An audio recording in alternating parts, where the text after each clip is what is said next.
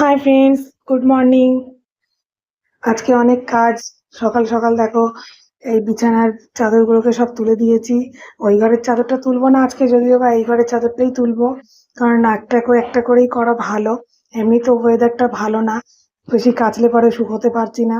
তাই জন্য জানলার গ্রিলগুলো এত ময়লা হয়েছে, সব পরিষ্কার করলাম।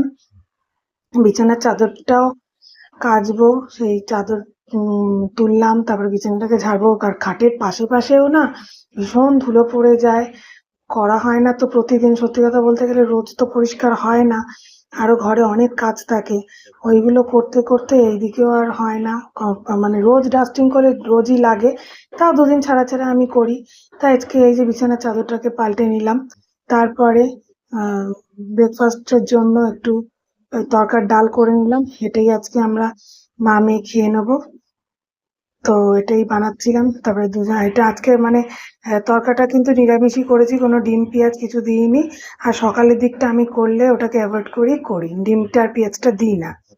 আর আজকে যেহেতু একটু ওয়েদারটা ছিল, বৃষ্টির ছিল, বেলার দিকে দেখলাম কমে গেছে যদিও বা, তাও আজকে খিচুড়ি মানে খেতে ইচ্ছা করলো। হাজবেন্ডও বললো আজকে খিচুড়ি বানাতে, তাই জন্য যে খিচুড়ি বানালাম। হাজবেন্ডের কিন্তু আসার নাম নেই, ও বলেই গেছে যে ও বিকেলের দিকে আসবে, তখন খাবে। আর এখন এই যে এত খিচুড়ি, তা মা মেয়ে দুজনে মিলে এখন বসেছি।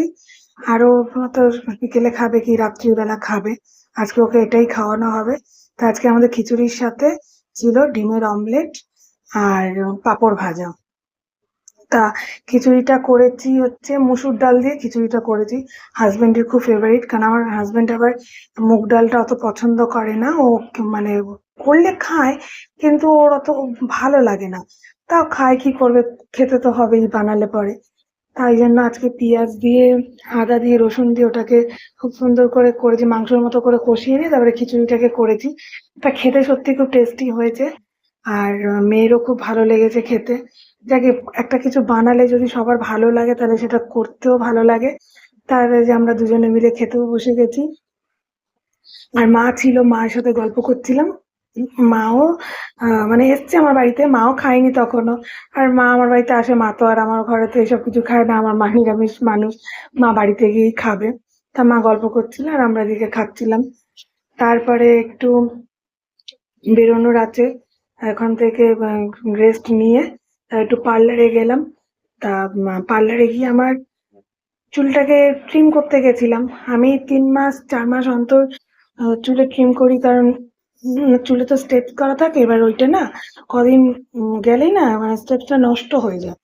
তাই জন্য ছেলেটা আমাকে বলেছিল যে বৌদি তুমি পুজোর সময়, পুজোর 20-25 দিন আগে এসে ট্রিমটা করে যাবে, তাহলে তোমার হয়ে যাবে। তো আমি কালকে একটু ফাঁকা ছিলাম, তা গেলাম। আর সত্যি কথা বলতে গেলে ভাগ্য ভালো ছিল, ফাঁকা ছিল, হয়েও গেছে, গিয়ে বসতে হয়নি, সাথে সাথে যাওয়ার পরেই হয়ে গেছে। আর ওই ছেলেটা যখনই আমি কাটিং করি না কেন, ছেলেটাই আমাকে করে দেয়, সত্যি খুব সুন্দর চুল কাটে। আর আমি যেখানেই কাটি না কেন, আহ, মানে আমার পোষায় না ওর কাছে না কাটলে।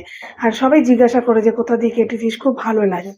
তা যাই হোক, ওর কাছে বারবার আসি চুলটা কাটতে। আর খুব একটা মানে রিজনেবল প্রাইসই থাকে, খুব যে হাই রেঞ্জ সেটাও না, তা ভালো। তারপরে দেখো চুলটা কাটিং হচ্ছে, আর এদিকে ওই ম্যাম যে পাশে দাঁড়িয়ে আছে, ওটা হচ্ছে ওই পার্লারেরই ম্যাডাম। তা উনি বললেন যে আমার চুলের আর কি ভিডিওটা একটু করতে, ওনারাও হয়তো ফেসবুকে দেয়, তাই জন্য আমার চুলটা কাটার পরে আগে ভিডিওটাও করে নিল। তারপরে আমার মেয়েও একটু আমার চুলের ভিডিও করে নিল, কারণ আমি তো যা কিছু সারাদিন করি সবকিছুই তোমাদের সাথে শেয়ার করি। তাই এটাই বা বাদ যাবে কেন, তাই এটাও তোমাদের সাথে শেয়ার করবো দেখেই আমার মেয়ে ভিডিওটা করেছে।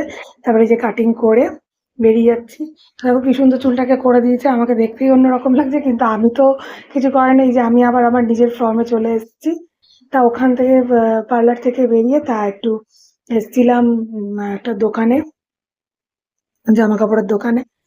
ওইখানে একটু কিছু জিনিস কেনার ছিল, তা একটা শাড়িও কিনলাম এটাকে। আর আমি তোমার পুজোতে ঠাকুরকে, অষ্টমী পুজোর দিন ঠাকুরকে একটা শাড়ি দিই, তা ওই ঠাকুরের জন্য একটা শাড়ি কিনছিলাম। এখান থেকে কেনাকাটা করে তারপরে বাড়ি গেলাম। বাড়িতে গিয়ে তারপরে সুইটি এই যে চা বানাচ্ছে। আর সত্যি কথা, আমি এসে সন্ধ্যে দিলাম আর ও চা বানিয়ে নিচ্ছে এদিকে। আর ওর একটা ফোন কল এসছে, তা কথা বলছে। আমি ভিডিওটা করছি তাই আমাকে ঘুরেও দেখলো। আর ওই যে সকালে ওর বাবাই পাউরুটি এনে দিয়ে গেছে, সেটা আজকে আমরা সকালে তো ব্রেকফাস্টে খাইনি, দেখে তরকার ডাল খাই।